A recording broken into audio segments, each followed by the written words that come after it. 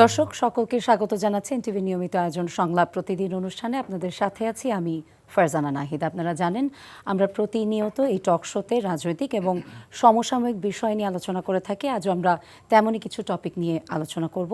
স্টুডিওতে ডিসকাশনের জন্য দুজন অতিথি আছেন, তাদের সাথে পরিচিত হয়ে নিব। আমার বামে আছেন অ্যাডভোকেট রফিক শিকদার, সদস্য জাতীয় নির্বাহী কমিটি বিএনপি, এবং আমার ডানে আছেন জনাব মোস্তফা কামাল, সাংবাদিক এবং লেখক। আপনাদের দুজনকে এনটিভি স্টুডিওতে স্বাগত জানাচ্ছি। আজকের নিউজের হেডলাইন্সের দিকে যদি তাকাই তাহলে আমরা প্রথমেই দেখতে পাই যে যদি আমরা প্রায়োরিটি বেসিসে যাই, প্রথমেই দেখব যে আজকে ইনকিলাব মঞ্চের মুখপাত্র ওসমান হাদি, যার হত্যাকাণ্ডর পরে তার আসামিকে নিয়ে, তার এই আসামিকে ফেরত দিবে কিনা, সে ভারতে আছে, অনেক কিছু আমরা শুনতে পাচ্ছিলাম। এখন পর্যন্ত গ্রেফতার হয়তো দূরের কথা, আমরা কোনো ধরনের তেমন কোনো কিছুই অগ্রসর হয়নি জানতাম, কিন্তু আজকে যেটা হয়েছে আমরা এটাকে বলতে পারি কি না যে কিছুটা অগ্রসর হয়েছে। এটা যে হত্যা মামলার এই পলাতক আসামি ফয়সাল করিম মাসুদ সহ 17 জনের বিরুদ্ধে একটি চার্জশিট জমা দেওয়া হয়েছে। বলা হচ্ছে এদের মধ্যে 12 জনকে গ্রেফতার করা হয়েছে, কিন্তু আমি যদি একটু হাইলাইট করি যে কাদেরকে গ্রেফতার করা হয়েছে, তাদের মধ্যে আছেন এই ফয়সালের বাবা, মা, বোন, বান্ধবী, শ্যালক, মোটরসাইকেলের মালিক, যে যে গাড়িটি ছিল এটার সাথে সংযুক্ত সেই গাড়িটির মালিক এরা। কিন্তু এই যে ফয়সাল এবং যে মানে মেইন যে দুজন, তারা কিন্তু পলাতক আছেন। তাহলে এই চার্জশিটের আসলে কার্যকারিতা কতখানি, বা আদৌ কোনো কার্যকারিতা আছে কিনা? কামাল ভাই, আপনাকে দিয়ে শুরু করব। ধন্যবাদ আপনাকে। এত প্রাসঙ্গিক বিষয়টা, এত আবেগের, এত উদ্বেগের, হাদির নামটা উচ্চারণের সাথে সাথে কতগুলো বিষয় কিন্তু আমাদের মনে পড়ে যায়। সচরাচর আমরা গণতান্ত্রিক দেশগুলোতে দেখি নির্বাচনী তফসিল ঘোষণার সাথে সাথেই রাজনৈতিক দলগুলোর জন্য একটা হাসরের ময়দান তৈরি হয়ে যায়।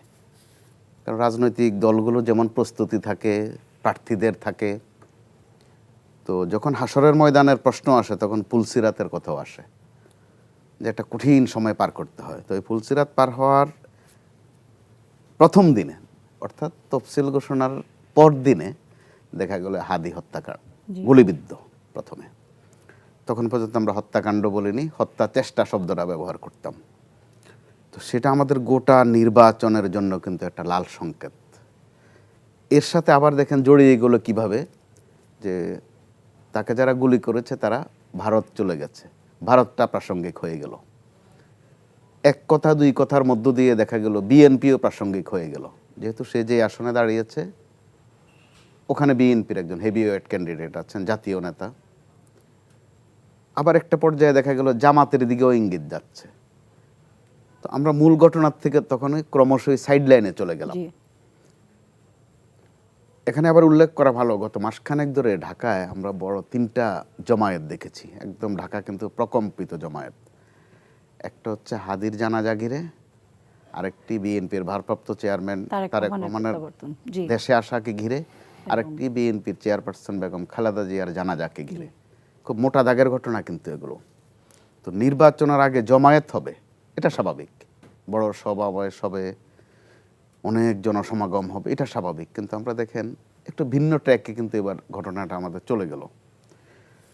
এরকম অবস্থায় হাদির হত্যার বিচারটা দ্রুত করার একটা কমিটমেন্ট সরকারের দিক থেকে ছিল, আবার থাকাটাই স্বাভাবিক এবং থাকাই জরুরি ছিল, কারণ সেটা কোনো দলের দাবি আর ছিল না।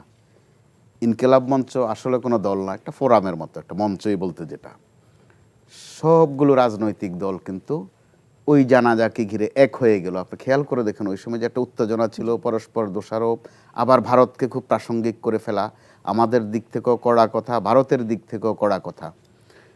ওই রকম একটা অবস্থায় যখন এখন চার্জশিট এসেছে, এটাও বিচার প্রক্রিয়ার একটা অংশ। কিন্তু আমাদের সন্দেহ জাগছে যে যেহেতু পুলিশের অথবা আইন প্রয়োগকারী সংস্থাগুলোর যে অ্যাপ্রোচ, ওখানে কিন্তু আমাদের একটা সন্দেহ জাগে। কারণ আমরা অতীতেও দেখতাম বা অনেকগুলো দেখেছি, এ ধরনের কোনো হৃদয় বিদারক ঘটনার পরে কমন বাক্য, কাউকে ছাড়া হবে না, খতিয়ে দেখা হবে, দৃষ্টান্তমূলক বিচার করা হবে। আরও কড়া কথাও শুনেছে যে প্রয়োজনে মাটির নিচ থেকেও আসামি ধরে নিয়ে আসা হবে। এগুলো মানুষের মধ্যে কিন্তু আর আশা জাগায়নি। যত কড়া কথা শুনেছে মানুষ তত সন্দেহবিদ্যা আরও বেশি হয়েছে। তো এরপরও যেহেতু মূল আসামি ধরা পড়েনি, এরপরও বিচার বা আইনের প্রক্রিয়ার অংশ হিসাবে যাদেরকে গ্রেপ্তার করা হয়েছে এটা খুব কঠিন কাজ নয়। প্রশ্নটা জেগেছে ওই কারণে যে বাবা মা স্বামী স্ত্রী ভাই বোন ধরা কিন্তু খুব, যদিও পুলিশ দাবি করে যে অভিযান চালিয়ে ধরা হয়েছে, এগুলো ধরতে অভিযান লাগে না, হাস্যকর কিন্তু অনেকটা। তো তারপরও আমরা যেহেতু বিচারের প্রক্রিয়াটা তুলনামূলক দ্রুত এগোচ্ছে, ওখানে আমরা একেবারে হতাশ না হয়ে একটু আশাবাদী হতে বোধহয় সমস্যা নেই, কারণ বিচারটা দরকার। কামাল ভাই, আজকে কিন্তু মানে এটাও বলা হয়েছে, নিউজে এসছে যে ডিবি প্রধান আজকে কিন্তু উনি সঠিক কোনো উত্তর দিতে পারেননি যখন বলা হয়েছে যে পলাতক আসামি আসলে ভারতে আছে কিনা। এর আগে কিন্তু বলা হয়েছিল, প্রশ্ন এসেছে, তারা দাবি করেছিলেন যে ভারতে আছে, আজকে এটা ভারত থেকে দেখা গেল যে ওইরকম কোনো কিছু তবে একটা স্বীকার নতুন করা ইনফরমেশন এসছে, হাদি হত্যার যে নির্দেশদাতা তার নাম কিন্তু আজকে প্রকাশ করা হয়েছে। বলা হচ্ছে উনি সাবেক ওয়ার্ড কমিশনার তাজুল ইসলাম বাপ্পি, ওনার নামটা এসেছে। তার নামটা এর আগেও কয়েকবার এসেছে বিভিন্ন পত্রিকায়, বিশেষ করে ইঙ্গিত করা আজকে হয়েছে অফিশিয়ালি অ্যানাউন্সমেন্ট, যে সারকামস্টেন্স বর্ণনা করা হয়েছে, পারিপার্শ্বিকতা, তাতে নাম যখন এসেছে আর যখন বিচার প্রক্রিয়া শুরু হয়, আইন শৃঙ্খলা বাহিনীর হাতে একটা বিষয় যায়, আমরা নানান প্রশ্ন করি, প্রশ্নবিদ্ধ হই, ঘটনার পরম্পরায় প্রশ্নবিদ্ধ হওয়া ছাড়া আমাদের উপায়ও থাকে না, কারণ সন্দেহ বাতিক বলতে একটা কথা আছে। যেহেতু আমরা এত সন্দেহজনক ঘটনা দেখি আর পুলিশের দিক থেকে এত কিচ্ছা দেখি, একেবারে কিচ্ছা কাহিনীর মতো মনে হয় যেন ওই পুরনো একটা স্ক্রিপ্ট, শুধু তারিখটা বদলে নামটা ভিন্ন বলছে, এই কারণে প্রশ্ন আসছে। তারপরও যখন বিচার শুরু হয়েছে আমরা সেটার একটা পরিসমাপ্তি দেখতে চাই। মোট কথা বিচার দরকার, বিচার জরুরি। সেটাই। রফিক ভাই, আপনার কাছে একই বিষয় নিয়েও জানতে চাবো, এবং যেটা কামাল ভাই বলছিলেন যে দ্রুত বিচারের জন্য যে কমিটমেন্টটা ছিল এই অন্তর্বর্তীকালীন সরকারের, এই চার্জশিটটা কি সেই কমিটমেন্টটাকে সাপোর্ট করছে কিনা, এটা এনাফ মনে হয় কিনা, বা দ্রুত অগ্রসর আমরা কি এটাকে বলতে পারি?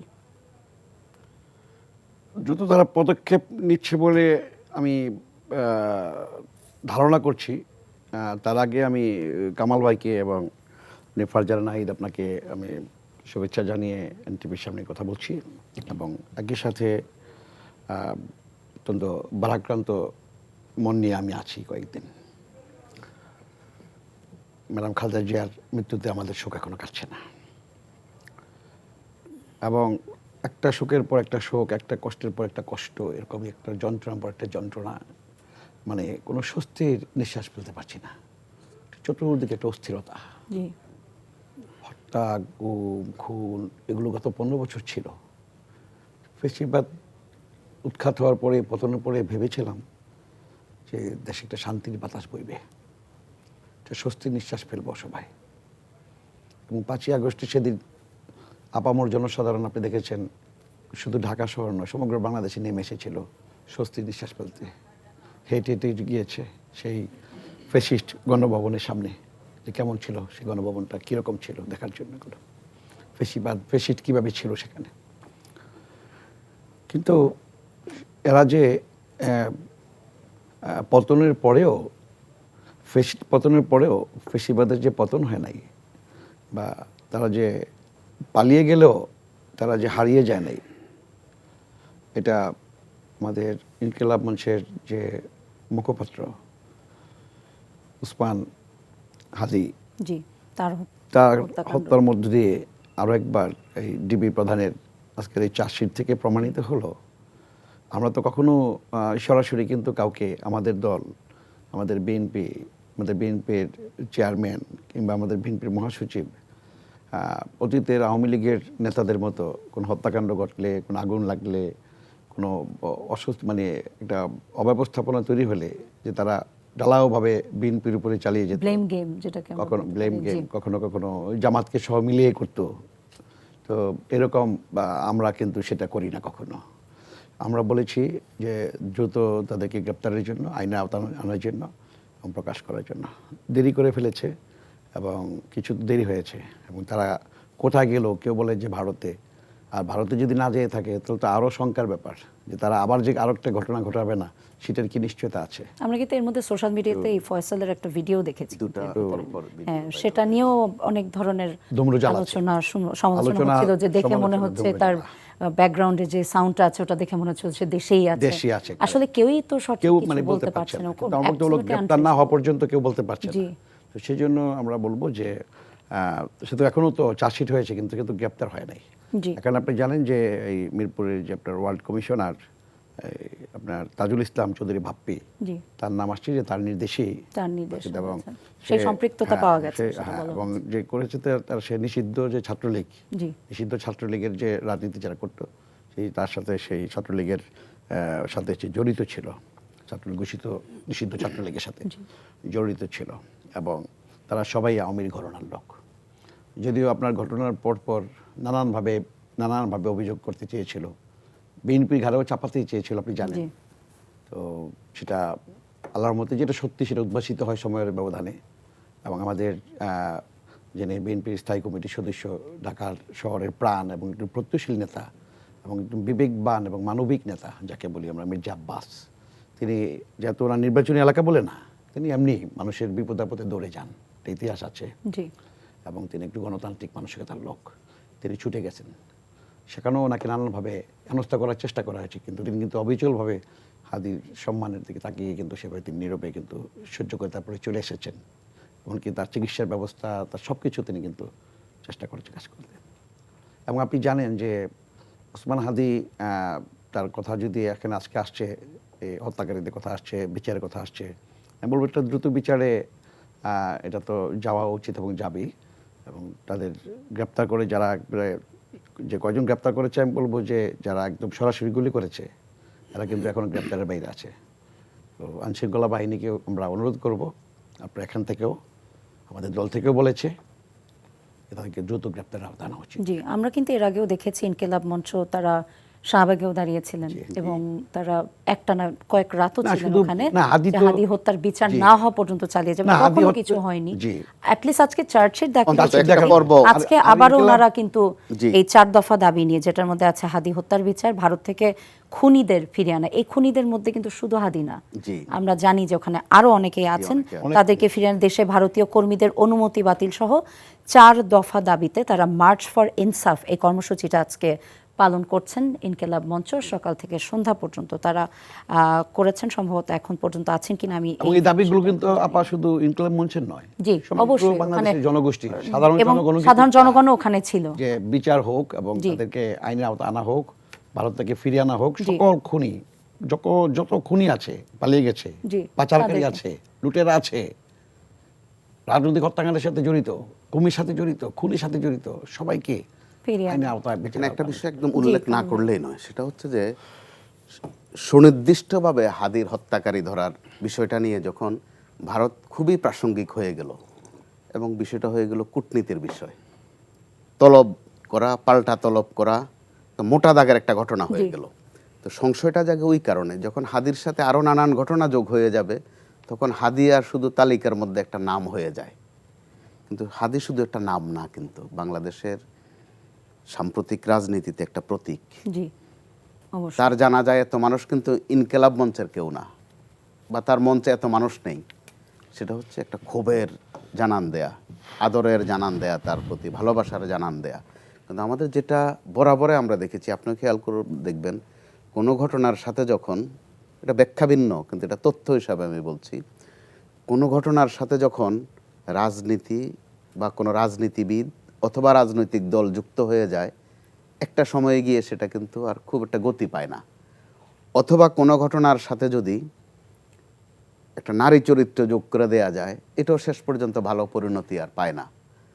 আর এখানে আবার যোগ হয়ে গেছে তারটা বিশেষ করে একটা কূটনীতির বিষয়, তলব, পাল্টা তলব এবং হুমকি ধমকি দুদিক থেকেই কিন্তু বাংলাদেশ থেকে যেই ভাষায় কথা বলা হয়েছে ভারতের প্রতি, হাইকমিশনারকে ডেকে, বাংলাদেশের ইতিহাসে এটা কিন্তু খুব কম হয়েছে।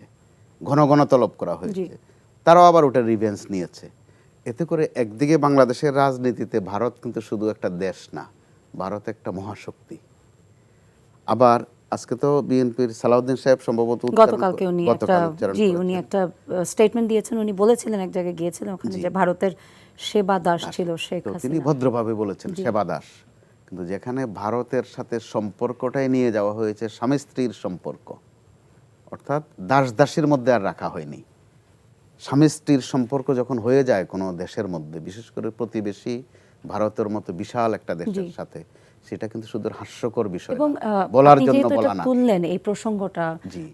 এটা নিয়ে যদি বলি যে এই কূটনৈতিক অবস্থা এখন আসলে এটা কোন দিকে যাচ্ছে কামাল ভাই? কারণ আমরা জানি কিন্তু ক্রীড়াঙ্গনেও এটার প্রভাব জি। পড়েছে। এই যে ইন্ডিয়ার সাথে যে একটার সাথে একটা, রিলেশনশিপটা। অর্থাৎ আপনি ছিলেন প্রথমে দেখেন 5 আগস্টের পর জি একদম প্রকাশ্যে, কোনো গোপনে না কিন্তু ওপেনে শেখ হাসিনা সহ তার যেই একান্ত মহল তাদের নিরাপদ আশ্রয় জুটেছে ভারতে। জি বড় দাগের ঘটনা কিন্তু তারা বলছে না যে যে আমরা অপরাধ করেছি, আজ পর্যন্ত বলেনি। দুঃখ প্রকাশ তো আরো পরে, প্রথমত একটু স্বীকার করা, না দুঃখ সেরকম কিছুই করিনি। স্বীকারোক্তিও নাই। এরপরে ভারত থেকে ক্রমাগত কিন্তু ডিস্টার্ব, আপনি আমি ছোট্ট ছোট্ট করে কয়েকটা বলি। সীমান্ত দিয়ে উৎপাত শুরু করলো, জি পার্বত্যাঞ্চল দিয়ে উৎপাত শুরু করলো। আমাদের এখান থেকে যারা চিকিৎসার্থে ভারতে গেল তাদেরকে হোটেলে খেতে দিবে না, আমাদের রোগীরা কিন্তু চলে আসলো। একটার পর একটা এসব ঘটনা ঘটাতে ঘটাতে এর আগে যখন এই অন্তর্বর্তী সরকার ক্ষমতায় আসতে না আসতে তারা ফেনী অঞ্চলে নদীর বাঁধ ছেড়ে দিল, পানি দিয়ে মারা শুরু করলো। জি।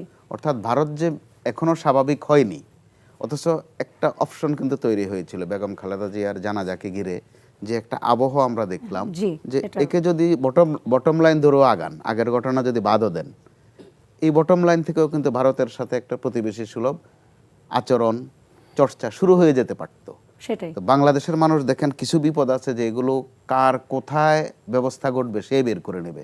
যখন ভারতে আমাদের চিকিৎসা নেয়ার পথে বাধা দেয়া শুরু হলো, আমাদের রোগীরা কিন্তু চীন যাওয়া শুরু করে দিল। এর আগ এবং পর্যন্ত শুধু তা না, আমাদের দেশের হসপিটালগুলোতেও কিন্তু এখন ভিড় বেড়েছে এটার পর চিকিৎসার থেকে। মান যারা বাড়ানো হয়েছে। কিছু হলে অনেক সহজেই তারা অর্থাৎ ওখানে তাগিদ গিয়ে যখন এসেছে চিকিৎসা আমাদের নিতে। মধ্যে জি যে স্বাবলম্বী হওয়ার, আর বাইরে নিতে হলে চীন চলে যাচ্ছে। দেশের প্রত্যেকটা হাসপাতাল, আপনি সঠিক বলেছেন, জি নিজে নিজে সুমুটু ভাবে যেটা নিজেদের মান ডেভেলপ করছে।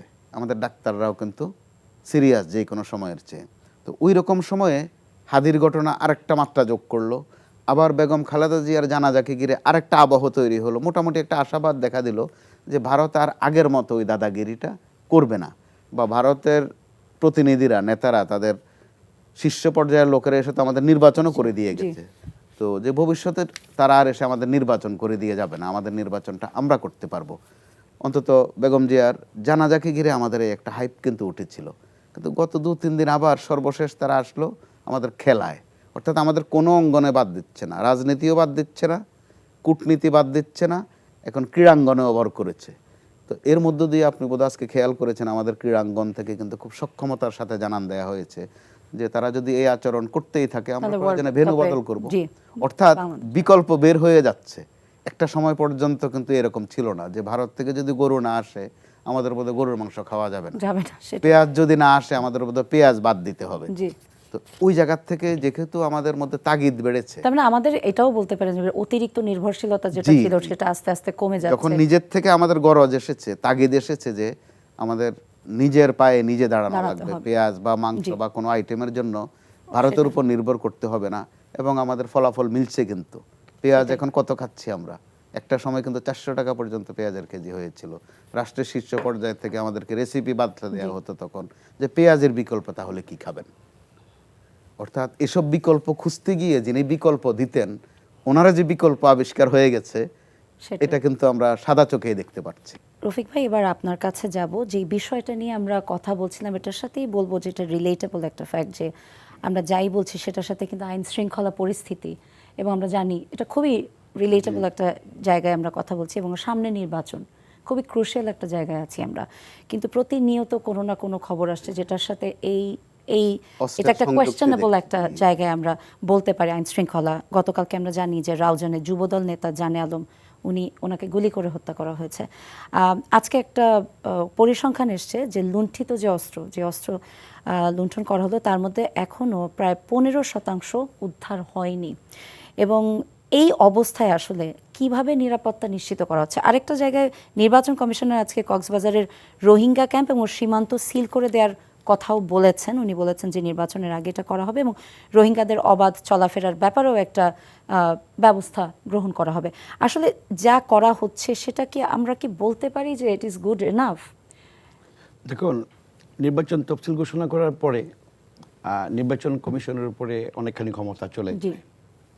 এবং নির্বাচন কমিশনের যে আপনার সংবিধানে 118 থেকে 126 অনুচ্ছেদ পর্যন্ত যে ধারাগুলো আছে এক্সারসাইজ করার সুষ্ঠুবাদ নির্বাচনের পরিবেশ তৈরি করা, আবার সুষ্ঠু নির্বাচনে যাওয়ার জন্য ক্ষেত্র তৈরি করা, সকল রাজনৈতিক দলগুলোর ক্রিয়াশীল নিবন্ধিত রাজনৈতিক দলগুলো অংশগ্রহণ করতে সহযোগিতা করা, ভোটারদেরকে সাহস যোগান দেওয়া এবং ভোটাররা যেন নিরাপদে ভোট দিতে পারে জি। এবং নিরাপদে ভোট দিয়ে যেন বাড়িতে ফিরতে পারে, ভোট যেন রিগিং না হয় এবং নির্বাচন পরবর্তীতে সুষ্ঠু হওয়ার যে এটা আপনার এনশিওর করা, এগুলো কিন্তু নির্বাচন কমিশনের কাজ। এবং নির্বাচন কমিশনের অধীনে কিন্তু এখন আইন শৃঙ্খলা বাহিনী নিয়ন্ত্রিত। একই সাথে যদি সরকার বলি, সরকারটিও এখন কিন্তু আপনার একটা অনির্বাচিত হলেও এটা কিন্তু অন্তর্বর্তীকালীন সরকার, এটা কোনো দলীয় সরকার নয়। সুতরাং এই সরকারের কাছে, নির্বাচন কমিশনের কাছে অতীতের যে কোনো সরকারের চেয়ে বা যে কোনো নির্বাচন কমিশনের চেয়ে মানুষের আশা আকাঙ্ক্ষা অনেক বেশি। তো সেক্ষেত্রে আমি যদি বলি যে আপনার বিগত এই ফ্যাসিবাদ বিরোধী আন্দোলনের সময়, বিশেষ করে আপনার জুলাই অগাস্টের সময় যে পরিমাণে যে থানাগুলো থেকে এবং আপনার যে পুলিশ ফাঁড়ি থেকে লুণ্ঠিত যে অস্ত্রশস্ত্রগুলো আপনার এখন অপরাধীর হাতে আছে এবং যা দেশে আইন শৃঙ্খলা পরিস্থিতির অবনতি আপনার দিন দিন ঘটাচ্ছে।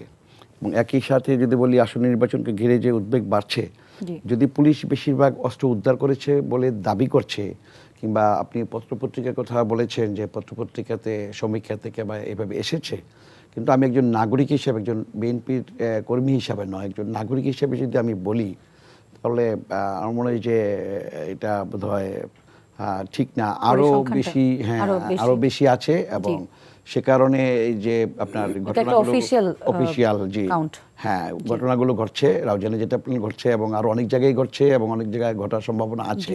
তো সে কারণে নির্বাচনকে এগুলো যে শুধু এই আপনার অবৈধ অস্ত্র তাদেরকে শিখেছে, তাদের মানে নির্বাচনকে বানচাল করার জন্য, নির্বাচনকে প্রশ্নবিদ্ধ করার জন্য নানান এনার্কি কিন্তু করছে। এনার্কিগুলো তৈরি করছে কিন্তু কয়েকটা শক্তি। আমরা শুধু ফেসিবাদ শক্তি, ফেসিবাদ যারা পতন হয়েছে, পতিত সরকারকে আমরা বলি, তারা আছে, তাদের সাথে আরও বেশ কিছু শক্তি যুক্ত হয়েছে এবং সেই শক্তিগুলো সকলেই জানে যে ছোট ছোট সব শক্তি মিলে, সন্ত্রাসীরা মিলে, তারা চায় না, সন্ত্রাসী গোষ্ঠীগুলো ফেসিবাদটা কখনো চায় না যে গণতন্ত্র টেকসই হোক, মজবুত হোক এবং নির্বাচন অবাধ হলে, নির্বাচিত সরকার আসলে দেশের সুসরকার প্রতিষ্ঠিত হবে, সুশাসন প্রতিষ্ঠিত হবে এবং তখন আপনার আইনশৃঙ্খলা পরিস্থিতি নিয়ন্ত্রণ হবে। তো তাতে করে আপনার যারা অপরাধী আছে, যারা অর্থ পাচারকারী আছে, যারা আপনার লুণ্ঠনকারী আছে, যারা আপনার চাঁদাবাজ আছে, তারা অবাধে সেই কাজগুলো করতে পারবে না। তো যে কারণে তারা চাইবে না যে একটি সুষ্ঠু অবাধ নির্বাচন হোক। সে কারণে আমরাও একই সাথে যদি বলেন তাহলে এটার বিপরীতে কি আছে? বিপরীতে বিশাল জনগোষ্ঠী, বিএনপির মতো একটা বড় রাজনৈতিক দল, ক্রিয়াশীল রাজনৈতিক দল, সাংবাদিক, সুশীল সমাজ, সাধারণ জনগণ সকলেই চাচ্ছে যে একটা সুষ্ঠু অবাধ নির্বাচন হোক। বিশেষ করে 18 কোটি মানুষের বিশাল একটা অংশই চাচ্ছে। খুব কম সংখ্যক যারা নানান রকমের এনার্কি তৈরি করছে। আমি বলবো যে আইন শৃঙ্খলা বাহিনীকে আরও বেশি তৎপর হইতে হবে এবং তাদেরকে আরও সোচ্চার হইতে হবে। প্রয়োজনে যেখানে যেখানে আইন শৃঙ্খলা বাহিনী এগুলো উদ্ধার করতে ব্যর্থ হচ্ছে, সেখানে আরও জোরদার করে নতুন আইন শৃঙ্খলা বাহিনীকে এখানে ট্রান্সফার করে দায়িত্ব দিয়ে এগুলোকে কনফার্ম করতে হবে, এনশিওর করতে হবে যে অবৈধ অস্ত্র আর কারো হাতে নেই। সেই জন্য আমি বলবো যে এটা নির্বাচনের আগে এটা খুব গুরুত্বপূর্ণ একটা বিষয় আপনি আজকে টকশোতে এনেছেন। এবং সন্ত্রাস এবং আপনার খুন, চাঁদাবাজির মতো অপরাধে যে ব্যবহৃত হচ্ছে প্রতিদিন এই অস্ত্রগুলো, এগুলো যদি এখনই যদি পদক্ষেপ নিতে ব্যর্থ হয়, এবং মক ভায়োলেন্স যেটা আমরা বলছি, এটা তো দিনের পর দিন আমরা প্রায় প্রতিদিনই আমরা এই ধরনের নিউজ বাড়ছে। তো আমরা বিএনপির নেতাকর্মীরা আমরা একেবারে অতন্দ্র প্রহরীর মতো আমরা জেগে আছি। আমরা সামাজিকভাবে, আমরা তো আইন শৃঙ্খলা বাহিনীর কাজ আমরা করতে পারবো না, সামাজিকভাবে আমরা সামাজিক সমস্ত জনগোষ্ঠীকে আমরা নানানভাবে রাজনৈতিক কর্মশালা, কর্মীসভা করে আমরা ঐক্যবদ্ধ করতে সক্ষম হয়েছি, যেটা আমাদের নেত্রী বেগম খালেদা জিয়া যেমন আজকে ঐক্যের প্রতীক হিসেবে তিনি আজকে সমস্ত বাংলাদেশের কাছে আবির্ভূত হয়েছেন। আমরা তারেক রহমান সাহেবের নেতৃত্বে আমরা বাংলাদেশে আর মব ভায়োলেন্স হতে দিব না এবং সামনে যে নির্বাচন আছে, নির্বাচন কমিশনকে আমরা অত্যন্ত শান্তিপূর্ণভাবে সহযোগিতা করব, তারা যেন সুষ্ঠু অবাধ নির্বাচন করতে পারে। হ্যাঁ, নির্বাচনে জনগণ যাকে ভোট দিবে তারাই সরকার গঠন করবে, কিন্তু সেদিকে আমাদের কোনো আপত্তি নেই। কিন্তু সুষ্ঠু অবাধ নির্বাচন হইতে যে সকল বাধা আছে, অন্তরায় আছে, সেগুলোর বিরুদ্ধে আমরা বিএনপির নেতাকর্মীরা অতন্দ্র প্রহরীর মতো জেগে আছি। আপনি দেখুন, আরেকটা কথা আমি বলি, কামাল ভাই বলে গেছেন যে হাদির যে জানাজাটা শুধু ইনকিলাব মঞ্চের নেতাকর্মীদের জানাজা ছিল না, একটা বৃহৎ একটি জনগোষ্ঠীর একটা সামষ্টিক অংশগ্রহণ ছিল, ক্ষোভের বহিঃপ্রকাশ ছিল। যেরকম একটা তৌহিদি একটা জনতা, একটা যুবক তরুণ টকবগে হ্যাঁ, এটা ছেলে, একটা প্রতিবাদী প্রতিবাদের ছেলে, ভাষাও আমরা বলতে তাকে পারি যে কেন ওখানে গিয়ে সবার- কেন কোন অপরাধে তাকে জি। একবার হত্যাই করে ফেললো পরিকল্পিতভাবে, সেটা একইভাবে যদি আপনি দেখেন যে সাম্প্রতিককালে নয়, একেবারে হাজার বছরের এই বেগম খালেদা জিয়ার যে জানাজাটি, শীতার্থের এই দুপুরে পরন্ত বিকেলে আড়াইটা 3টা তো বিকেল হয়ে যায়, এবং শীত, প্রচণ্ড শীত তখন সারা বাংলাদেশে, কোথাও কোথাও 4 ডিগ্রি 5 ডিগ্রি না কেমন, সেই মুহূর্তে জানাজা তো আপনার বাংলাদেশে অনেক জায়গায় গায়েবানা জানাজা তো অনেক জায়গায় পড়েছে না? জি, absolutely মানে পড়েছে। কিন্তু তারপরেও বাংলাদেশের বিভিন্ন অঞ্চল থেকে আপনার এই 30 তারিখ রাত্রেই, 31 থেকে জানাজা হয়েছে তো, জি। 30 তারিখে তিনি চলে গেলেন আমাদেরকে ছেড়ে। 30 তারিখ থেকেই সারা বাংলাদেশ থেকে লোকজন আসলো। কেন আসলো আপনি কি জানেন? শুধু বিএনপি নেতা কর্মীরা না, কিন্তু সাধারণ অনেক মানুষ ছুটে এসেছে। জানাজা তো বাইরে থেকে পড়তে পারতো, প্রতিবাদ জানাতে আসছে। জি। কোন প্রতিবাদটা? যে বেগম খালেদা জিয়ার মতো একজন গণতান্ত্রিক প্রত্যয়শীল নেত্রীকে, কারণ ওনার মৃত্যুটা কিন্তু স্বাভাবিক মৃত্যু ছিল না, তিনি হাসপাতালে মরেছেন, চিকিৎসাধীন অবস্থায় মরেছেন, সেটি সত্য। কিন্তু গত 15 বছর উনি কিন্তু স্বাভাবিকভাবে সুস্থভাবে জীবনযাপন করতে পারেন নাই। ওনার উপরে নানান রকমের স্টিমুলার চালানো হয়েছে, মানসিকভাবে চাপ সৃষ্টি করা হয়েছে, কখনো কখনো ভয় দেখানো হয়েছে, কখনো কখনো লোভও দেখানো হয়েছে যে আপনি চলে যান আপনার ছেলেদের কাছে, আপনি সেখানে আরামে থাকবেন। কিন্তু তিনি কিন্তু যান নাই, তিনি কষ্ট করেছেন। এবং আপনি জানেন যে বেগম খালেদা জিয়া ম্যাডাম যখন কোর্টে যেতেন, আমরাও যেতাম আইনজীবী হিসেবে, তিনি গাড়ি থেকে নামতেন, কোর্টে যেতেন, আবার কোর্ট থেকে এসে গাড়িতে উঠে সবাইকে, আপনার সাংবাদিক, আমাদের আইনজীবী সবাইকে সালাম জানিয়ে তিনি আবার বাড়িতে ফিরতেন। সেই মানুষটি আপনার 2018 সালে 8 ফেব্রুয়ারি নিজের পায়ে হেঁটে গাড়িতে উঠে কারাগারে ওনাকে নিয়ে যাওয়া হলো। এরপর থেকে তিনি বেরিয়ে হুইল চেয়ার, স্লো পয়জনিংয়ে ওনাকে এইভাবে করা হয়েছে। সেটি অসংখ্য ডাক্তাররা বলেছে। জি। বাংলাদেশি ডাক্তার এবং বিদেশি ডাক্তার ওনাকে চিকিৎসা সেবা দিয়েছে নিঃসন্দেহে, কোনো ঘাটতি রাখে নাই। কিন্তু ওনার যে ক্ষতিগুলো করা হয়েছে, যে সময় ওনাকে বাইরে পাঠানোর কথা কখনো জি। কখনো ছিল, বিদেশি মেডিকেল টিম বলেছিল যে ওনাকে এই চিকিৎসাগুলোর জন্য এই সময়টা বাইরে পাঠালে তিনি তিনি বুঝতে পারছি। কিন্তু তখন আর ওনাকে আর যেতে দেওয়া হয়নি। সে কারণেই বলছি যে এদেশের সমগ্র জনগোষ্ঠী প্রতিবাদীর বন্যি শেখায় এবং খালেদা জিয়ার জানাজাতে আরও বেশি জোরালোভাবে এসে জি। যুক্ত হওয়ার ফলে এই জানাজা হয়ে গেছে মহাসমুদ্রে জানাজা। অ্যাবসলিউটলি। জি। সেই জন্য আমি বলবো যে এরকম বেগম খালেদা জিয়ার মতো জনগণের ভালোবাসা এবং বেগম খালেদা জিয়ার মতো গণতন্ত্রের জন্য লড়াই করা, মানবতার জন্য লড়াই করা, মানবিক মূল্যবোধ প্রতিষ্ঠা করার জন্য কাজ করার মতো এরকম মহিষী নেত্রী বা এরকম নেতা বাংলাদেশে আবার কবে জন্ম হবে আমি জানি না, তবে এটাকে এই পদাঙ্ক অনুসরণ করে আমাদের যুগ যুগ ধরে এভাবে যেন তৈরি হয়। আপনারাও যারা আছেন, নারী সমাজ যারা আছে, তারাও বেগম খালেদা জিয়াকে অনুসরণ করতে পারে। এমনকি বিশ্বের যে সকল রাজনীতিবিদরা বরেণ্য, তাদের সাথে বেগম খালেদা জিয়ার এই মৃত্যুর পরে তিনি আরেকজন বরেণ্য রাজনীতিবিদ হিসেবে যুক্ত হলেন। জি। এবং আমি বলবো যে বেগম খালেদা জিয়ার যে স্বপ্ন ছিল, বেগম খালেদা জিয়ার এই বাংলাদেশকে নিয়ে, মানুষকে নিয়ে, মাটিকে নিয়ে, গণতন্ত্রকে নিয়ে যে স্বপ্ন ছিল এবং স্বাধীনতা সার্বভৌমত্বের প্রশ্নে যে তিনি অনড় ছিলেন, অটল ছিলেন, আপোষহীন ছিলেন, আপোষহীন সেটা আমরা ছিলেন, বারবার বলেছি। জি, সেই সেটা পথ জানা ধরে মানে আমাদের আমরা আগামী প্রজন্মের আমাদের নেতা একটা তারেক দিক রহমান নির্দেশনাও সাহেব সেই অসমাপ্ত সেটা। কাজগুলো জি। আগামী দিনে সুযোগ পেলে জি। নিশ্চয়ই তিনি বাস্তবায়ন করবেন। জি। সেটি ওনার আই হ্যাভ এ আমরা প্ল্যান বক্তব্য থেকে Right. আমরা খুঁজে পেয়েছি। জি। আমরা সেই প্রত্যাশা এবং সেদিকে আমরা তাকিয়ে আছি। জি, আমরা সেই রফিক পথেই ভাই। যাবো ইনশাল্লাহ। আমরা আবার আলোচনায় ফিরছি, আপনার কাছে আসছি আরেকটা নিয়ে। আমরা আইন শৃঙ্খলা নিয়ে কথা বলছিলাম।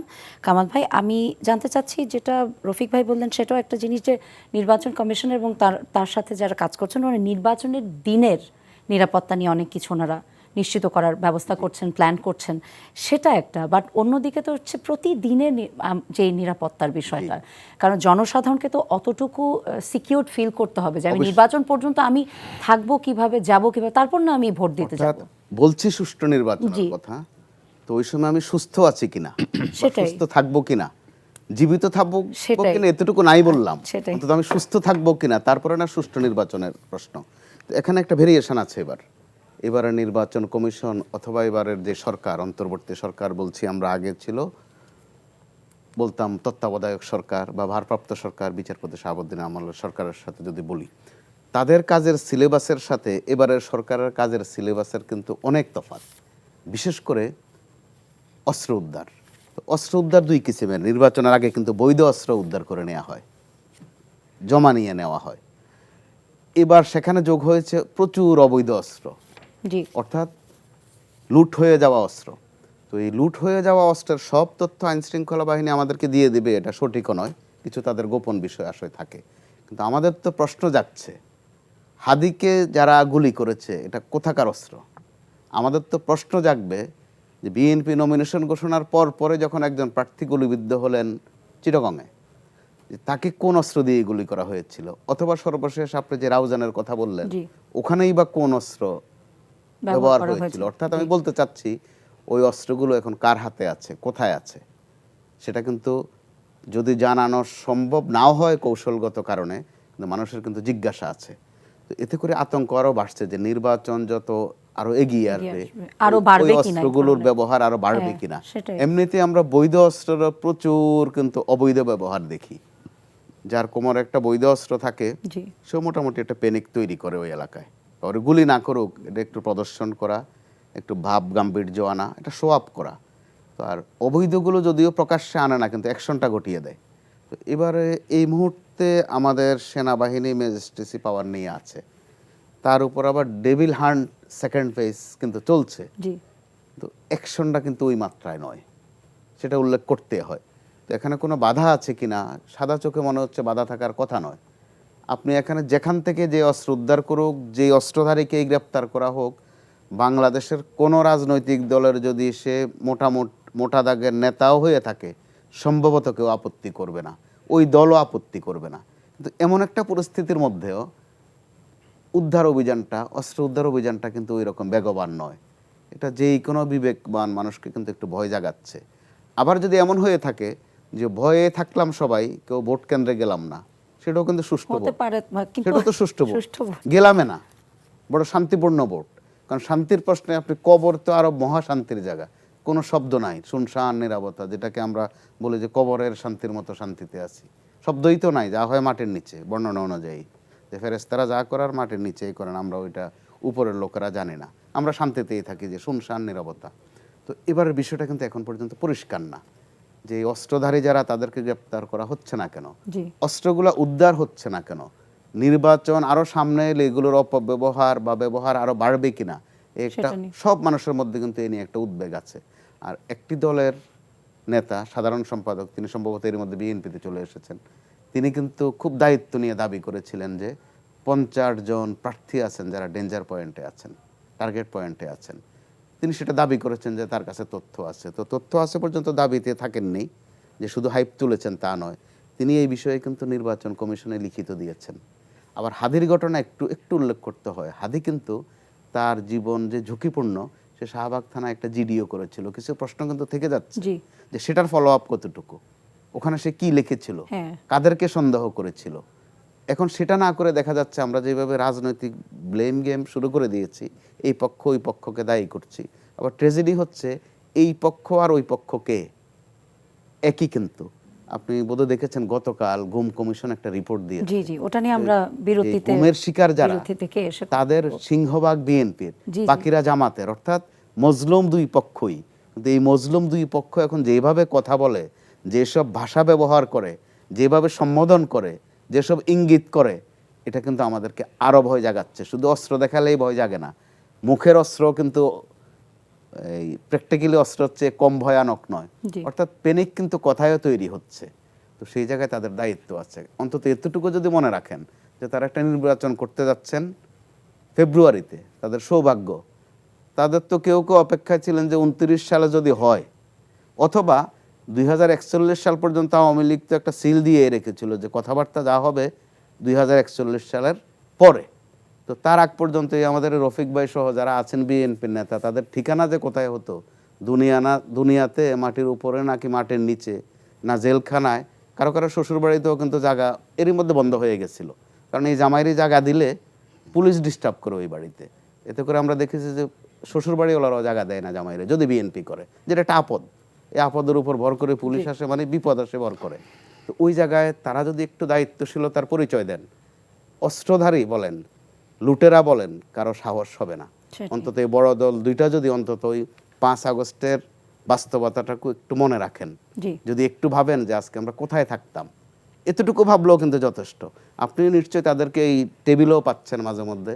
তারা এখন যে আক্রমণাত্মক, একজন আরেকজনের উপর, এক দল আরেক দলের উপর মনে হয় না যে একই কবরের কাছাকাছি তারা ছিলেন, জি একই আয়নাগরে ছিলেন, একই জেলখানায় ছিলেন, সেটাও কিন্তু আমাদেরকে কম ভয় জাগাচ্ছে জি না। কামাল ভাই, আপনি গুম খুনের কথা জি। বলছিলেন। আমি গতকালকের একটা এটা নিয়ে আলোচনা হয়েছে গতকালকে আমাদের টক শোতে, কিন্তু আজকে আমি আবার এটা আনতে চাই, কারণ এটা খুব জি, ইম্পর্টেন্ট খুব একটা, প্রাসঙ্গিক বিষয়। খুবই প্রাসঙ্গিক, যে গুম সংক্রান্ত কমিশনের একটি চূড়ান্ত প্রতিবেদনে কালকে এসছে যে 2009 থেকে 24 পর্যন্ত শেখ হাসিনা শাসনামলে যে বলপূর্বক গুমের পেছনে মূলত রাজনৈতিক উদ্দেশ্য ছিল, যার বেশিরভাগই তারা কিন্তু রাষ্ট্রীয় প্রতিষ্ঠানের মাধ্যমে জি। ঘটিয়েছেন। এবং এখানে বলা হচ্ছে র্যাব পুলিশই 48 ভাগ গুমের ঘটনার জন্য দায়ী। এই যে গুমকে তখন একটি প্রাতিষ্ঠানিক বা পদ্ধতিগত একটা জি। চর্চা বা প্র্যাকটিস হিসেবে Practice। পালন করা হয়েছে।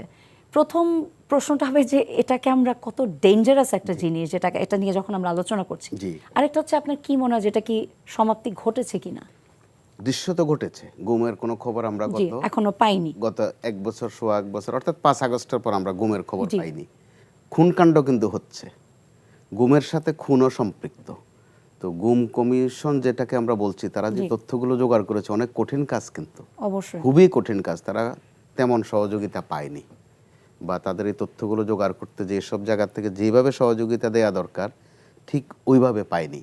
তো তাদের এই কমিটির কয়েকজন সদস্যের সাথে আমার যতটুকু কথা হয়েছে, তারা একটা বিষয় পরিষ্কার করেছেন যে সেনাবাহিনীর কাছ থেকে তারা একটা সহযোগিতা পেয়েছে। যেসব তথ্য চেয়েছে সেনাবাহিনী ওই তথ্যগুলো দিয়ে দিয়েছে। বরং আমাদের জায়গা থেকে আমরা মাঝে মধ্যে বুঝে হোক না বুঝে হোক কিছু গোলমাল পাকিয়ে ফেলেছি। যেমন ধরুন, র্যাব জড়িত, জি। পুলিশ জড়িত, অবস্থা তো এমন দিকে যাচ্ছিল, শুধু আনসার জড়িত হওয়া বাকি ছিল। যদি আওয়ামী লীগ এখনো ক্ষমতায় থাকতো, হয়তো এখন তাহলে গুমের কাজ কারবারগুলো আনসার বা বিডিপি তারাও করে ফেলতো। অর্থাৎ এটা একটা গা সহা বিষয় যেন, বা এটা কোনো বিষয়ই না। আবার তারা, আপনার বোধহয় মনে থাকার কথা, তখন যে স্বরাষ্ট্রমন্ত্রী ছিলেন, গুম বলতে উনি মিসকি মিসকি হাসতেন, বলতেন কিসের গুম, ওরা হয়তো ঘুমায়, দেশে কোনো গুম বলতে কিছু নাই, ঘুম আছে, পাওনাদারের টাকা দেওয়ার ভয়ে কোথাও ঘুমায়, আপনারা এগুলোর গুম বলেন। এসব কিন্তু তাচ্ছিল্য করা হতো। জি। মাঝে মধ্যে বলা হতো মিসিং হয়ে থাকতে পারে, হয়তো বা ইউরোপিয়ান কোনো দেশে যেতে চেয়েছে, ভূমধ্য সাগরে নৌকা ডুবিতে মরে গেছে, এটা বলে আরেকটা হাসি দিতেন। অর্থাৎ মস্করা কাকে বলে। তো গুম কমিশনের রিপোর্টে যে বর্ণনা, এক একটা পড়লে কিন্তু লাইন বাই লাইন পড়লে নিজের কাছেও ভয় লাগে, জি আবেগ তাড়িত হতে হয় যে অত্যাচার কাকে বলে, নির্যাতন কাকে বলে। গুমের মধ্যে আবার কিসিম তিনটা ধরন আছে, কিন্তু একটা হচ্ছে গুম করে যে নিয়ে গেছে আজ পর্যন্ত ফেরত আসেনি। আসেনি। হ্যাঁ, আরেক কিসিম আছে যে এরা কিছুজন ফেরত এসেছে, এসেছে। আবার কিছুজনের লাশ পাওয়া গেছে। তাহলে বাদ বাকিরা সে তার মা বাপের নাম কি লিখবে? মৃত লিখবে, মরহুম লিখবে? গুম বলতে তো কোনো ঘর নাই, জীবিতও লিখতে পারছে না। কি ট্রেজেডি এক একটা পরিবারে। আলোচনা হওয়া উচিত ছিল যে এই দুষ্টামি বা এই বর্বরতা বন্ধ করা যায় কিনা, কিন্তু আমরা দুঃখজনকভাবে দেখছি যে রাজনৈতিক দলগুলোর অ্যাটেনশন কিন্তু এদিকে কম। অথচ ট্রেজেডি কি, সবচেয়ে বেশি শিকার বিএনপি, জি তারপর পরে জামাতে ইসলামী। তো তারা তো ওই বেদনাটুকু একটু মনে করেও অন্তত এই বিষয়টাতে অ্যাটেনশন দিতে পারেন, কিন্তু আমরা দেখলাম যে না, তাদের অ্যাটেনশন কিন্তু তুলনামূলক কম। যারা গুম থেকে উদ্ধার হয়ে এসেছেন তারা তো আল্লাহর কাছে লাখ লাখ শুকরিয়া অবশ্যই, জি। কিন্তু তারা তো মনে করতে পারেন যে আপনি যারা কার ফেরত আসেন, অ্যাটেনশনের কথা বলছেন? এটা কি গুম কমিশনের কথা বলছেন নাকি গভর্নমেন্ট? বিএনপি এবং জামাত আচ্ছা, ইসলামী, যাদের- এই দুইটা যাদের দলকে বেশি- দায়ী করতে চাই এই কারণে জি। তারা তো বেশি শিকার। জি অবশ্যই। যে মজলুম তারও তো বেদনা বেশি, কিন্তু আপনি খেয়াল করে দেখুন তারা ওই চ্যাপ্টারে কিন্তু খুব একটা যাচ্ছেন না। গতকাল যে রিপোর্টটা আসলো, যে এটা নিয়ে আর একটু কথা বলি, বরং মাঝে মধ্যে ব্যাখ্যায় অপব্যাখ্যায় গোলমাল করে ফেলা হচ্ছে। আপনি সঠিক বলেছেন যে রাষ্ট্রীয় প্রতিষ্ঠানগুলোকে জি। কিভাবে, আবার দেখেন ডিজিএফআই কি ইনভলভ করেছে। তো ডিজিএফআই কিন্তু সেনাবাহিনীর অংশ না, সেটা প্রতিরক্ষা মন্ত্রণালয়ের অধীনে। তো প্রতিরক্ষা মন্ত্রী কে ছিলেন? শেখ হাসিনা ছিলেন। র্যাব কার অধীনে? স্বরাষ্ট্রমন্ত্রীর অধীনে। এই বিষয়গুলো পরিষ্কার করা উচিত। এগুলো সেনাবাহিনী ইনভলভ না, কিন্তু আমরা কেউ কেউ বয়ানটা এমনভাবে দেই যে সেনাবাহিনীকে ইনভলভ করে ফেলি। রাইট। পুলিশ বরং আরও বেশি কোনো কোথাও কোথাও। এরপরে পুলিশের যেই আশপাশের প্রতিষ্ঠানগুলো আছে, ডিবি, এসবি, আরও যারা যারা আছে, প্রত্যেকেই কিন্তু একটা সময়ে পাল্লা দিয়ে করেছে কার চেয়ে কে বেশি করতে পারে। করলে তাদের আমলনামা, এসিআর যেটাকে বলে সরকারি চাকরিতে, ওইটা নাকি আরও একটু হৃষ্টপুষ্ট হয়, তার প্রমোশন হয়, আয় রোজগার বাড়ে। তাহলে ওই বর্বরতা যেন বাংলাদেশে আর না হয়, এটা তো মুখ খুলে বলার দরকার নেই, দ্রুত অ্যাকশন দরকার। কারণ বরং ভয় যাচ্ছে রাজনৈতিক এই বড় দুটি দল, এই মুহূর্তের বড় দুটি দল যেভাবে নানান ছোটোখাটো বিষয় নিয়ে ঝগড়াঝাটিতে লিপ্ত হচ্ছে, যারা এইসব গুম কাণ্ড ঘটিয়েছে তারা বোধহয় আড়ালে বসে বসে হাসে। তাদের কাছে হয়তো বা একটু তৃপ্তির ঢেকুর ছাড়ে, যে যা ঘটনা ঘটিয়ে দিয়ে এসেছি আমরা, ওদিকে এখন ফোকাসটা কামড়াকামড়ি অত ওরা নাই। করে।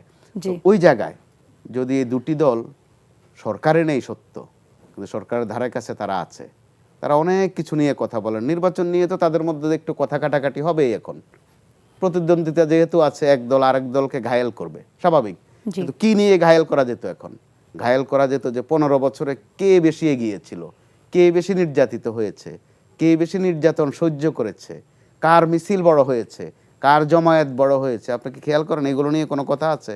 নেই। বরং কে রাজাকার ছিল, তো যখন রাজাকারের ছিল তার সাথে মিতালি করলেন কেন?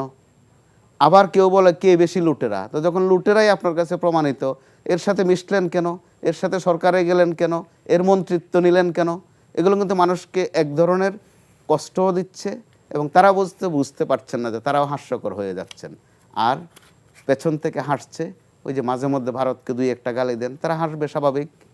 ভারত আজ পর্যন্ত 5 আগস্টকে মেনে নিতে পারেনি, সেটা তো পরিষ্কার সবার কাছে। তো আপনি অ্যাটেনশন ওখানে দেন। বরং পরিবর্তিত এই বিশ্ব বাস্তবতায় ভারত যে মাঝে মধ্যে নমনীয় হচ্ছে, সেটা তো আমাদের মতো কম বোঝের লোকেরাও মোটামুটি বুঝি। তো আপনি এই মুহূর্তে বার্গেনিং বাড়ান, জি। যেটাই সরকার করে যাচ্ছে, সাফল্যের সাথে করছে। এই সরকার কিন্তু হয়তো রাজনৈতিক সরকার নয়, জি।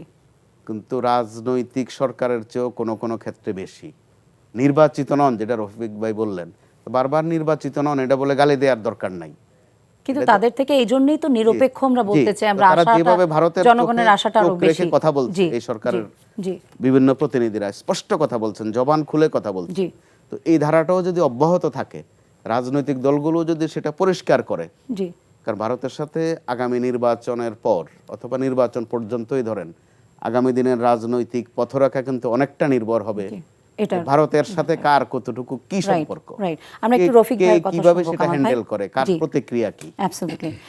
রফিক ভাই, যেটা বলছিলেন কামাল ভাই, আপনি এটার সাথে আসলে কতখানি আপনি অ্যাকসেপ্ট করবেন কিনা, যে আসলে কি ফোকাসটা, যেহেতু বিএনপি আসলে গুম খুনের শিকার সবচেয়ে বেশি হয়েছে, তারা কি আসলে তাদের ফোকাসটা কি এখানে এনাফ কিনা এই গুম খুনের বিষয়, নাকি আসলে এই ফোকাসটা চলে যাচ্ছে নির্বাচন বা অন্যান্য রাজনৈতিক যে অনৈক্য সেটার দিকে?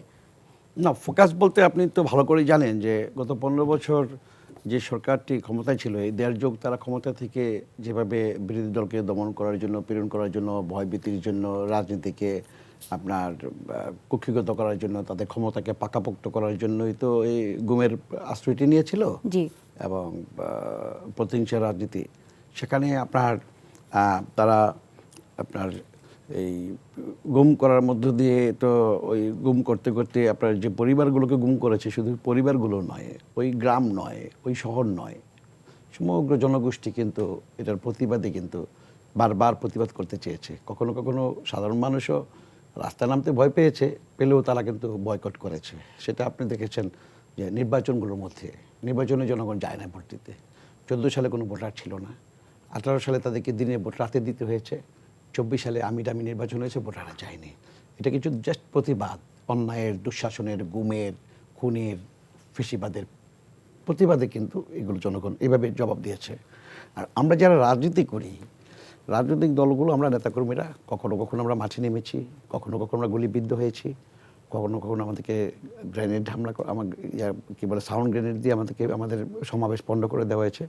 এত কিছুর পরেও কিন্তু আমরা কিন্তু গণতান্ত্রিক কর্মসূচি আন্দোলন কিন্তু আমরা চালিয়ে গেছি। এখন আপনি যদি বলেন যে আমাদের এই গুম, আন্তর্জাতিক গুম দিবস একটা 2010 সালে জাতিসংঘ থেকে ঘোষিত হয়েছিল, 30শে আগস্ট আন্তর্জাতিক গুম, সেই থেকে কিন্তু 2011 সাল থেকে কিন্তু আন্তর্জাতিক গুম প্রতিরোধ দিবস কিন্তু পালিত হয়ে আসছে। এবং সেখানে তাদের যে প্রতিপাদ্য বিষয়টি, যে মানুষকে সচেতনতা করা, বা যে সকল পরিবারগুলো থেকে গুম হয়েছে তাদেরকে সংহতি প্রকাশ করা, সমবেদনা জানানো, তাদের পাশে দাঁড়ানো, এভাবেই কিন্তু আন্তর্জাতিক গুম দিবস 30শে আগস্ট পালিত হয়ে আসছে। কিন্তু আমরা বলবো যে গত 2009 সাল থেকে বিশেষ করে আপনার এই 24 সাল পর্যন্ত প্রায় 1676টি জোরপূর্বক গুমের অভিযোগ কিন্তু নথিভুক্ত হয়েছে। তো সেখানে আপনার এই যে অভিযোগগুলো আসলো এখানে যে নথিভুক্ত হয়েছে, তাদের বিচারগুলো আপনার কাদেরকে এই বিচারটা করবে সেটি প্রশ্ন আছে এখানে আপনার, এবং কোন আইনে কোন আওতায় করবে। এখানে কিন্তু আপনার গুম যে শব্দটা, এটা কিন্তু আপনার সরাসরি বাংলাদেশের যে আপনার সংবিধান আছে, জি। এই সংবিধানে কিন্তু গুম শব্দের জন্য কোনো নির্দিষ্ট কোনো ধারা কিন্তু নেই, নির্দিষ্ট ধারা আজ পর্যন্ত যুক্ত হয় নাই। কিন্তু ৩২ অনুচ্ছেদে জীবন ও ব্যক্তির যে স্বাধীনতা, অধিকার এবং আপনার অনুচ্ছেদ বিচারে তো কোনো বাধা নেই। এবং অনুচ্ছেদের ৩১ এবং একের যে গ্রেপ্তার ও আটক সম্পর্কিত যে আপনার অধিকার, সে আওতায় কিন্তু তাদের বিচার হবার কথা। জি। আমি বলবো যে এগুলোর বিচার কাদেরকে করবে, কারা এটার সাথে জড়িত। এখানে রাষ্ট্র যদি জড়িত হয়, রাষ্ট্রের সরকারের প্রধান যদি এটার সাথে জড়িত হয়, সরকারের প্রধান যারা ছিল তারা যদি এটার সাথে জড়িত হয়, তো তারা আজকে কোথায়, এটা কিন্তু জনগণ জানতে চায়। জনগণ বলছে বারবার যে প্রতিবেশী রাষ্ট্র ভারত তাদের দেশে সুষ্ঠু অবাধ নির্বাচন করে, কিন্তু বাংলাদেশে যখন সুষ্ঠু অবাধ নির্বাচন হতে যায় তখন তারা সেখানে হস্তক্ষেপ করে। গত 15 বছর তাই করেছে। তারা গণতন্ত্র চর্চা করে, আমাদের গণতন্ত্র চর্চা করতে দেয় না। আমরা আমাদের দল থেকে বারবার বলেছি যে প্রতিবেশী রাষ্ট্র হিসেবে আমাদের বন্ধুত্ব থাকবে, প্রভুত্ব থাকবে না, এবং সমমর্যাদার ভিত্তিতে আমরা এগিয়ে যাব। জি। কিন্তু সেখানে কিন্তু তারা কিন্তু নেই। তারা কখনো কখনো একটা বার্তা দেয় যে বাংলাদেশের ক্ষতি হবে এমন কোনো কাজ আমরা করব না। তার মানে উপকারের পাশে নাই, তারা ক্ষতি হবে না এই নিশ্চয়তা তাদের দিতে চায়। কিন্তু তারপরেও তাদের কর্মকাণ্ডে আমরা দেখেছি সর্বশেষ বাংলাদেশের যে পলাতক গোষ্ঠী তাদের কাছে যে আশ্রয় নিয়েছে। এবং কামাল ভাই যেটা বললেন যে কোনো বিচার করতে গেলে, কোনো আসামিদের কথা বলতে গেলে, আপনার অর্থ পাচারকারীদেরকে আনতে গেলে তাদের সাথে আমাদের তারা ভিন্ন ভাষায় তারা কথা বলছে। আমরা কিন্তু ভারত থেকে সেটা আশা করি না। আমরা ভারত থেকে আশা করি যে আমাদের সাথে একটা বন্ধুত্বপূর্ণ সম্পর্ক থাকবে। আমাদের একটা সামনে একটা সুষ্ঠু অবাধ নির্বাচন হতে যাচ্ছে। এই নির্বাচনের মধ্যে দিয়ে যে সরকারটি প্রতিষ্ঠিত হবে, সেই সরকারে যেন এরকম গুম খুন আর যেন না হয়, গুমের মতো এরকম বেদনাদায়ক ভয়াবহ ঘটনা যেন না ঘটে, সেটি কিন্তু আমাদের দল বারবার বলছে, বারবার বিভিন্ন সময় বলেছে। এবং আপনি জানেন যে বিগত ১.৫ বছরে, ১.৫ যুগে আমরা কিন্তু কখনো কখনো কিন্তু আন্তর্জাতিক গুম দিবসগুলোতে কিংবা অন্য কোনো দিবসে কিন্তু আমরা রাস্তায় নামতে চেয়েছি প্রতিবাদ করার জন্য। গণতান্ত্রিক আন্দোলন আমাদেরকে সেখানে করতে দেওয়া হয় নাই। সেখান থেকে আমাদের অনেক নেতাকর্মীকে তারা তুলে নিয়েছে, সেখান থেকেও কাউকে কাউকে গুম করা হয়েছে। জি। সুতরাং আমি এমন যদি আপনি দেখেন যে আমাদের ছাত্র রাজনীতির অহংকার ইলিয়াস আলী, আমাদের ঢাকা সময় একেবারে শেষ, ঢাকা আপনি নেতা যদি চৌধুরী একেবারে আলম, সংক্ষিপ্ত করে বলেন। আপনার জি। লাকসাম পৌরসভার সাবেক সভাপতি হুমায়ুন কবির পারভেজ, সাবেক সাইফুল ইসলাম হিরু, দিনার, সিলেটের দিনার, আমাদের মহানগরের ছাত্রদলের সুমন, এরকম অসংখ্য নেতাকর্মীকে গুম করেছে। আজকের এই প্রেক্ষাপটে আমি বলবো যে আর যেন বাংলাদেশে এরকম গুম খুনের ঘটনা না হয়। আমরা সুন্দর একটি সুখী সমৃদ্ধ বাংলাদেশ আমরা প্রতিষ্ঠা করতে চাই, যে বাংলাদেশের মুক্তিযোদ্ধারা যে বাংলাদেশ দেখতে চেয়েছিল, যে মুক্তিযুদ্ধের কাছে আমরা আজও ঋণী। আমাদের জিয়াউর রহমান সাহেব দেশকে স্বাধীন করার পরে যেভাবে দায়িত্ব নিয়েছিলেন এবং তিনি বাংলাদেশকে যেভাবে দেখতে চেয়েছিলেন, একটি শক্তিশালী পররাষ্ট্রনীতি, একটি আপনার শক্তিশালী অর্থনীতি এবং আপনার স্বনির্ভর বাংলাদেশ, আমরা সেরকম একটি বাংলাদেশ জিয়াউর রহমানের এবং বেগম খালেদা জিয়ার যে প্রত্যয়শীল নেতৃত্ব ছিল বাংলাদেশকে নিয়ে একটু সুখী সমৃদ্ধ আবাসভূমি, আমরা সেই পথে আমরা এগোবো আগামী দিনে। একটু সুষ্ঠু অবাধ নির্বাচনের মধ্য দিয়ে তারেক রহমান সাহেবের নেতৃত্বে যদি তারেক রহমান সাহেবকে আল্লাহ পাক সরকার গঠন করার সুযোগ দেন, আমরা বিশ্বাস করি যে তার মতো এরকম ডায়নামিক লিডারের নেতৃত্বে একটা সুন্দর জনপদ বাংলাদেশে তৈরি হবে, যে বাংলাদেশে আর গুম খুনের মতো হাজারি থাকবে না, কোনো মায়ের কান্নায় বাতাস ভারী হয়ে উঠবে না, কোনো খুনের রক্তে রক্তাক্ত হবে না, কোনো দর্শিতা বোনের চিৎকারে আর কখনো আকাশ বাতাস থেমে যাবে না। এরকম আমরা একটা পরিবেশ চাই। প্রতিহিংসার রাজনীতি বাংলাদেশে থাকবে না, আমরা কেউই চাই না। এই রাজনীতি আমরা চাই যে সকলের অংশগ্রহণে সকল দেশ মানে দল মত বর্ণ নির্বিশেষে সকলে মিলে সবাই মিলে একটা অভিন্ন একটা মিলে আমরা বাংলাদেশকে ভালোবাসবো, সেই বাংলাদেশ আমরা চাই। ধন্যবাদ রফিক ভাই এবং কামাল ভাই, দুজনকেই ধন্যবাদ জানাচ্ছি আবারও এনটিভি স্টুডিওতে আসবার জন্য। দর্শক, আজ এ পর্যন্তই। আপনাদের সাথে দেখা হবে আরেকটি এপিসোডে। ততদিন ভালো থাকবেন, সুস্থ থাকবেন এবং এনটিভির সঙ্গে থাকবেন।